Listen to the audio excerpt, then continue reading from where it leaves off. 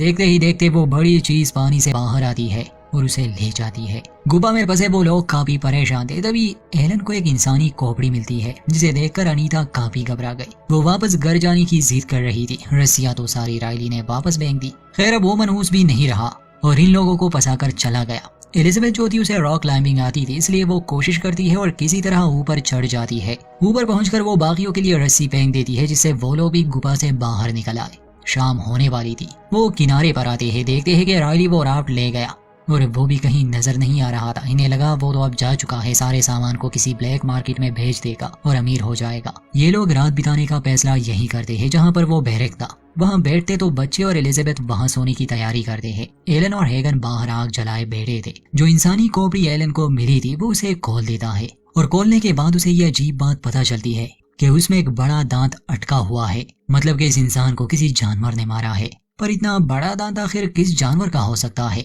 ये सोचने वाली बात थी। बिना किसी को बताए एलन और हेगन वापस से उस गुफा में जाते हैं और जब उसे और एक्सप्लोर करते हैं तो उन्हें वहाँ ढेर सारी इंसानी हड्डियां मिलती है, क्योंकि ये एक मकबरा था।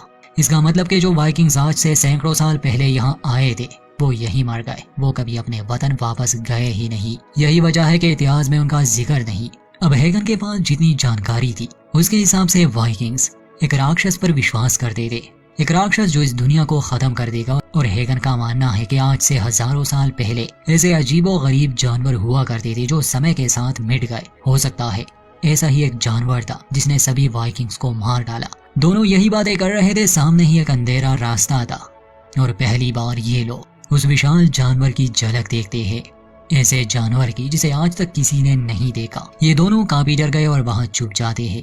ये लोग जिस चीज को देखते हैं इन्हें तो अपनी आंखों पर यकीन ही नहीं आ रहा था। जब ये दोनों यहाँ नीचे इस गुफा में थे वहाँ ऊपर दिखाया जाता है कि जो अंडा लियाम को मिला था वो हिल रहा है। ये लोग सो रहे थे मगर शोर सुनकर ये जाग गए। अंडे से कोई चीज बाहर निकली थी। लियाम ध्यान देता है तो सांप जैसा एक जानवर था। लियाम उसे काना देने की कोशिश करता है। वो चीज उसके हाथ से काना खा लेता है मगर लियाम को लगा शायद ये कोई आम सा जानवर होगा, उस पर हमला करने वाला था। इतने में एलिजाबेथ भी जाग चुकी थी।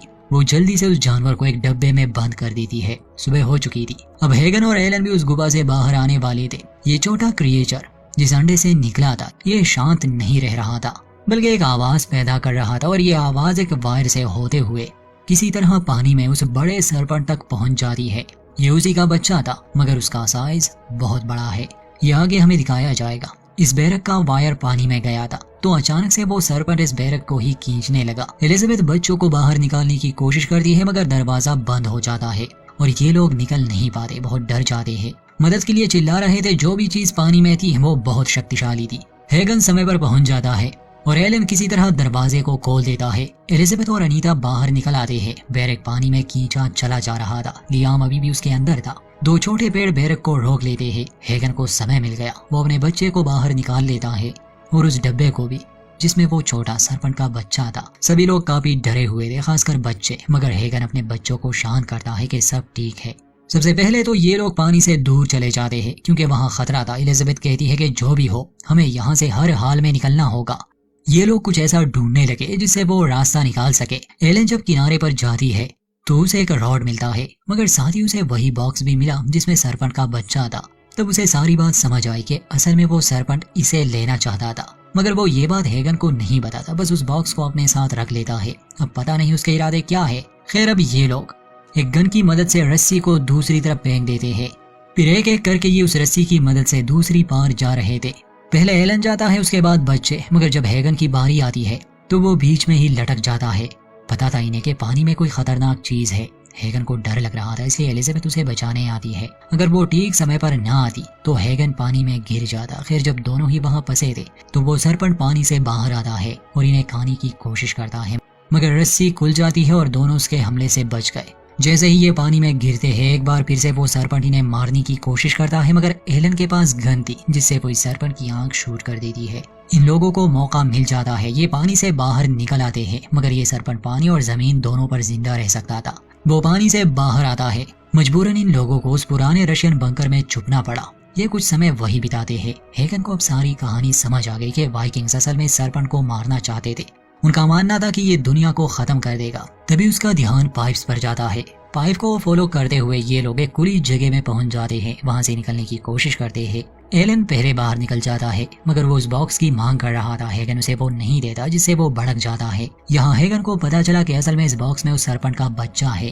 ایلن اس سے بحث کر رہا تھا، تبھی سرپنٹ کا حملہ ہوتا ہے، وہ ایلن کو تو مار دیتا ہے اور بنکر میں بھی داخل ہو گیا۔ اس سمے بچے تھوڑی دوری پر تھے، اس لیے انیتا اپنے بھائی کو لیے ایک لاکر میں چھپ جاتی ہے۔ کچھ دیر بعد جب انہیں لگا کہ سرپنٹ جا چکا ہے، وہ باہر نکلتے ہیں مگر انہیں یہ اندازہ نہیں تھا کہ یہ سرپنٹ کافی شاطر بھی ہے۔ وہ ان کے پیچھے تھا اور جب یہ بچے اسے دیکھ لیتے ہیں یہ آوازیں لگا رہے تھے۔ اصل میں جب یہ سرپنٹ اس بنکر میں آ رہا تھا تو اس نے اس ہول کو توڑ دیا جس سے کافی ملبہ گرا، اور ملبہ گرنے کی وجہ سے ہیگن اور ایلزابتھ بے ہوش ہو گئے، مگر ساؤتھ انڈین فلموں کی طرح۔ بے ہوش ہیگن جب اپنے بچوں کی آوازیں سنتا ہے تو وہ اٹھ جاتا ہے۔ وہ سرپنٹ کا سامنا کرتا ہے، وہ جان گیا تھا کہ اسے کیا چاہیے، اس کے پاس وہ باکس ابھی بھی تھا۔ سرپنٹ اپنے بچے کو محسوس کر رہا تھا۔ وہ انیتا اور لیام کو چھوڑ کر ہیگن کے سامنے آ جاتا ہے۔ ہیگن اسے نقصان نہیں پہنچاتا اور اس کا بچہ اسے لوٹا دیتا ہے۔ سرپنٹ بھی دل کا بہت اچھا تھا، شاید ویجیٹیرین ہے بیچارہ، وہ بس اپنے بچے کو لے کے چلا گیا۔ بعد میں ہیگن ایلزابتھ کو ہوش میں لاتا ہے اور یہ چاروں یہاں سے نکل جاتے ہیں صحیح سلامت۔ انت میں دکھایا جاتا ہے کہ ہیگن اس پتھر کو میوزیم میں لے گیا ہے مگر خود وہاں سے ریزائن کر دیا۔ اس نے یہ کوچ بھی بند کر دی تاکہ کسی کو پتا نہ چلے کہ اس جھیل میں کیا ہے۔ اب وہ ایک ٹیچر کی جاب چنتا ہے جسے وہ اپنے بچوں کے ساتھ زیادہ سمے بتا سکے، کیونکہ کوئی پاگل ہی ہوگا جو دوبارہ سے موت کے اس منہ میں جائے۔ یہیں پر اس کہانی کا انت ہوتا ہے۔